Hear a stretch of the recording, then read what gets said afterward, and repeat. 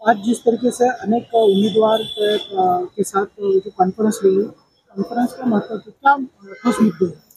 हमारा जो ठोस मुद्दा है कि नागपुर लोकसभा मतदार संघ का जो चुनाव था वह 19 अप्रैल 2024 को हुआ और इस चुनाव में हमें एक बात देखने को मिली कि आचार संहिता जो थी वह 17 तारीख को शाम को 6 बजे लगाई गई और आचार संहिता के नियमों के माध्यम से चुनाव के 48 घंटे पहले आचार संहिता लगने के बाद हम किसी भी पार्टी का नाम, पार्टी का सिंबल, कैंडिडेट का फोटो, कैंडिडेट का नाम हम प्रचार के लिए नहीं उपयोग में ला सकते। इसके बावजूद भी लगभग 1205 जो बूथ लगाए गए नागपुर शहर में भारतीय जनता पार्टी के, उस बूथों के ऊपर में एक बिलिंग मशीन थी।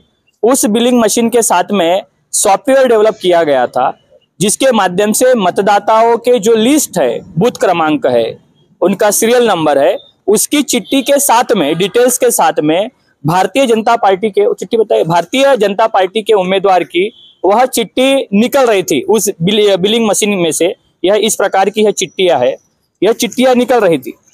यानी इससे यह पूरा सिद्ध होता है कि आचार संहिता का उल्लंघन करते हुए भारतीय जनता पार्टी ने इस लोकतंत्र की हत्या करने के लिए इस प्रकार की मशीन डेवलप की, सॉफ्टवेयर डेवलप किया। तो हमारा यही मुद्दा है कि छोटी मोटी जो पार्टियों के साथ में जो पक्षपात इलेक्शन कमीशन करता है, प्रशासन करता है कि छोटे छोटे नियमों के आधार पर लेटर देना, उनको मेंटली हरास करना, उनको धमकाना, तो क्या यह बड़ी पार्टियों के साथ में क्या विशेष कोई अधिकार होते हैं कि आप खुलेआम इस प्रकार से नियमों की धज्जियां उड़ा सकते हो? तो इस देश में लोकतंत्र है और कानून सबके लिए समान है, चाहे वो बड़ा हो, छोटा हो, गरीब हो या राजा हो। तो हमें भी अधिकार है कि लोकतंत्र में हमारे अधिकारों के हितों के लिए हमें आवाज उठाना। तो हम आज जो सर्वपक्षीय और अपक्ष लगभग 20 उम्मीदवार हम यहाँ पर प्रेस कॉन्फ्रेंस लेने आए हैं प्रेस क्लब में कि क्यों ना यह चुनाव रद्द किया जाए, क्योंकि ऐसा प्रावधान इलेक्शन कमीशन की गाइडलाइन में है। तो हमारी यह प्रमुख मांगों को लेकर हम आज इस प्रेस क्लब में सभी सर्वपक्षीय उम्मीदवार और अपक्ष उम्मीदवार हम आवाज उठा रहे। नागपुर लोकसभा में कितने मतदाता की मतलब लिस्ट थी और उसमें से कितने लोगों ने वोटिंग निकाली? लगभग नागपुर मतदाता की लिस्ट 22,19,000 समथिंग कुछ थी और इलेक्शन कमीशन ने अपने साइट के ऊपर में डाला है कि लगभग 53%, 55% वोटिंग हुआ है। लेकिन हमारे जानकारी के अनुसार वोटिंग यह 45 से लेकर तो 48% हुआ है। तो काफी मतदाताओं को लिस्ट में नाम न होने के कारण, फेरफार उनका नाम न होने के कारण उनको यह वोट देने के अधिकार से वंचित रहना पड़ा। लगभग 7 लाख जो वोटर है वो वंचित है। तो यह मामला काफी भयावह है। लोकतंत्र में मतदाताओं को मत देने का अधिकार होता है और लिस्ट में से नाम गायब होना यह अधिकारों के विरोध में लिया गया निर्णय है, यह अधिकारों के विरोध में किया गया काम है।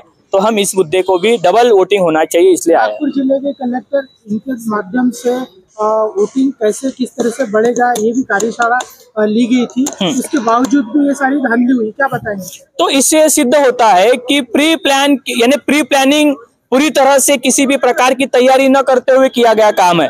जिस प्रकार से हमें कहा गया कि 15 लाख रुपए आएंगे, 2 करोड़ रोजगार मिलेगा, लेकिन मिला नहीं ना, उसी प्रकार हो सकता है। कलेक्टर साहब ने भी कहा कि हम वोटिंग % बढ़ाएंगे, तो वो भी अपने कार्यवाही में विफल होते हुए नजर आ रहे हैं। सर, महत्वपूर्ण सवाल है, जो चुनाव में गड़बड़ी हुई है इसके जिसके लिए आपने जो अभी मीटिंग ली हुई है, प्रेस कॉन्फ्रेंस ली है, इसमें आप चुनाव रद्द करने के लिए ही बोल रहे हैं कि नितिन गडकरी ने जो चुनाव प्रक्रिया में बाधा डाली हुई है, जो गड़बड़ी की है, तो उनका भी चुनाव रद्द करने के लिए बोल? हम ये बोलना चाहते, नितिन गडकरी हमारा कोई व्यक्तिगत मामला नहीं है, हमारा चुनाव आयोग से यह मामला है कि चुनाव आयोग ने मतदाताओं के अधिकारों का हनन किया हुआ है और यह चुनाव आयोग के अधिकार क्षेत्र में आता है। हमारा मामला नितिन गडकरी नहीं है, हमारा मामला भारतीय जनता पार्टी नहीं है, हमारा मामला है इलेक्शन कमीशन ने पक्षपात करते हुए मतदाताओं को अधिकारों से वंचित किया।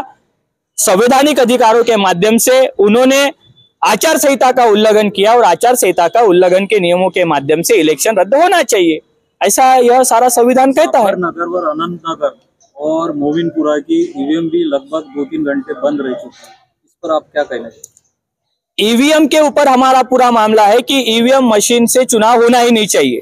क्यों? कि ये मनुष्य निर्मित है, ये मैनिपुलेट होता है। जब चांद पर का जो यान है वह धरती पर से उसको सुधारा जा सकता है, तो ईवीएम मशीन तो आजू बाजू में होता है और मानव निर्मित है, या सॉफ्टवेयर अपडेट किया हुआ मामला, ये तो बिगड़ हो सकता है। तो हमारी एक ये भी मांग है कि ईवीएम मशीन रद्द होकर बैलेट पेपर से चुनाव होना चाहिए। आपको लगता है कि आपका आंदोलन सफल होगा? बिल्कुल होगा। हम आंदोलन संवैधानिक मार्ग से करने वाले लोग हैं। इस तरह से आप बोल रहे कि ईवीएम मशीन फोड़ेंगे, आप पहली सजग कर रहे हैं। हमने वह देश जनहित पार्टी के राष्ट्रीय अध्यक्ष जी का मामला है। उम्मीदवार भारत मुक्ति मोर्चा के राष्ट्रीय अध्यक्ष माननीय वामन मेश्राम साहब ने बहुजन मुक्ति पार्टी को समर्थन घोषित किया है, और बहुजन मुक्ति पार्टी को समर्थन घोषित करने के बाद में माननीय वामन मेश्राम साहब ने खुद कहा था कि हम ईवीएम मशीन फोड़ेंगे अगर बैलेट पेपर लागू नहीं हुआ तो।